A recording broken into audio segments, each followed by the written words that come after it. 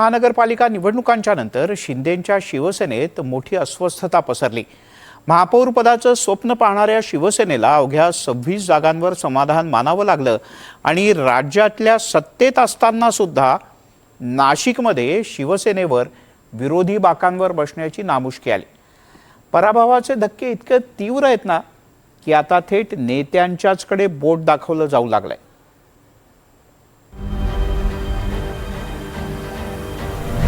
नाशिकमध्ये शिंदेंच्या शिवसेनेत मोठी अस्वस्थता। महापौर पदाचं स्वप्न पाहणारी शिवसेना विरोधी बाकावर बसणार। नाशिक महानगरपालिकेच्या निवडणुकीत शिंदे शिवसेनेला मोठा धक्का बसलाय। महायुतीचा भाग असलेली आणि राज्यात डझनभर मंत्री असलेली शिवसेना नाशिकमध्ये मात्र प्रभाव दाखवण्यात अपयशी ठरली आहे। 122 जागांच्या महापालिकेत शिवसेनेला केवळ 26 जागा मिळाल्या असून महापौर पदाचं गणित दूरच, त्यांचं सत्तेचं स्वप्न सुद्धा पूर्णपणे भंगलंय। विशेष म्हणजे पक्षाचे अनेक दिग्गज उमेदवार काठावर पास झाले आहेत, तर अनेक प्रभागांमध्ये शिवसेनेची पूर्ण पॅनलच कोसळली आहे। ज्या प्रभागावर शिवसेनेचा दबदबा मानला जातो तिथेही पराभवाचा धक्का बसल्यानं कार्यकर्त्यांमध्ये मोठी नाराजी आहे। प्रभाग क्रमांक 30 मध्ये शिवसेनेचे उपजिल्हा प्रमुख प्रमोद लासुरे यांच्या कन्येला पराभवाचा सामना करावा लागला। त्यांनी थेट मंत्री दादा भुसे यांच्याचवर निशाणा साधलाय।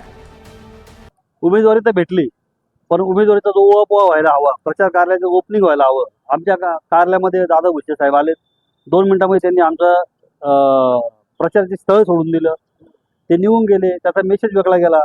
नंतर श्रीकांत शिंदे साहेबांची रॅली आली, ती आमच्या प्रभागापर्यंत पोहोचली नाही। कुठलेही चौक सभा झाले नाही आमच्या प्रभागामध्ये, हिंदू बहुल वस्तीमध्ये कुठलेही चौक सभा झाले नाही, कुठलंही आवाहन करण्यात आलं नाही आणि याची खंत आम्हाला वाटते। आमचा पराभव हा होण्यासारखा नव्हता आणि आता ह्या सगळ्या गोष्टीचं गणित ईव्हीएम मशीनवर फोडण्यात येत आहे। ईव्हीएम मशीन तर खराब आहेतच, पण संघटना कुठे होती ही आम्ही कार्यकर्ता म्हणून मला विचारावंसं वाटतं। पराभवाचं खापर आता थेट स्थानिक आणि राज्यस्तरीय नेत्यांवर फोडलं जात आहे। तिकीट वाटप, आयारामांना दिलेली संधी, निष्ठावान कार्यकर्त्यांच्याकडे झालेलं दुर्लक्ष हेच पराभवाचं मुख्य कारण असल्याचं पदाधिकारी उघडपणे सांगू लागलेत। शेवटी जनता जनार्दनाने जो काही कौल देतात तो आपल्याला स्वीकारावा लागतो आणि त्या पद्धतीने पुढे मार्गक्रमण आपल्याला करावं लागतं। निश्चितपणे जे काही आम्हाला जबाबदारी नाशिककरांनी दिलेली आहे ती सर्वजण आम्ही एकत्रितरित्या यशस्वीरित्या पार पाडून दाखवू। मला वाटतं की जसं मी आता बोललो की आपल्याला आणखी जागांची अपेक्षा होती आणि आणखी मोठ्या प्रमाणात नगरसेवक आपल्याला त्या ठिकाणी निवडून येतील अशी खात्री होती। परंतु आता जेव्हा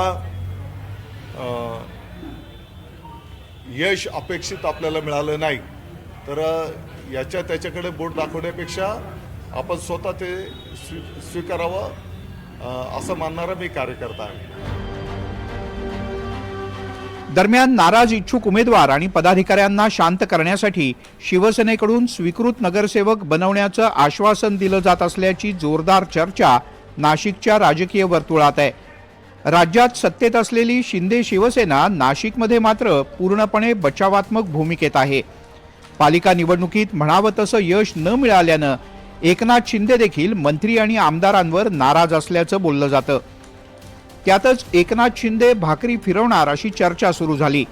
मंत्री आणि आमदारांवर विविध जिल्ह्यांची जबाबदारी सोपवण्यात आली होती, मात्र ठाणे, कल्याण, डोंबिवली, उल्हासनगर वगळता इतर जिल्ह्यांमध्ये पक्षाला अपेक्षित यश मिळालं नाही। पालिका निवडणूक ही शिवसेनेच्या मंत्र्यांसाठी लिटमस टेस्ट होती असं बोललं जातं। अकार्यक्षम मंत्र्यांना डच्चू देऊन त्यांच्यावर पक्षबांधणीची जबाबदारी सोपवली जाणार आहे, त्याऐवजी नव्या चेहऱ्यांना मंत्रिपदाची संधी दिली जाणार असंही बोललं जातंय। नाशिकमध्ये पदाधिकाऱ्यांनी नेत्यांच्या विरोधात बोलणं हे याचंच उदाहरण। आता शिंदेंच्या शिवसेनेत पराभवाचं आत्मपरीक्षण होणार की नाराजीचं राजकारण वाढणार याकडे सगळ्या महाराष्ट्राचं लक्ष लागलंय। प्रांजल कुलकर्णी, NDTV मराठी, नाशिक।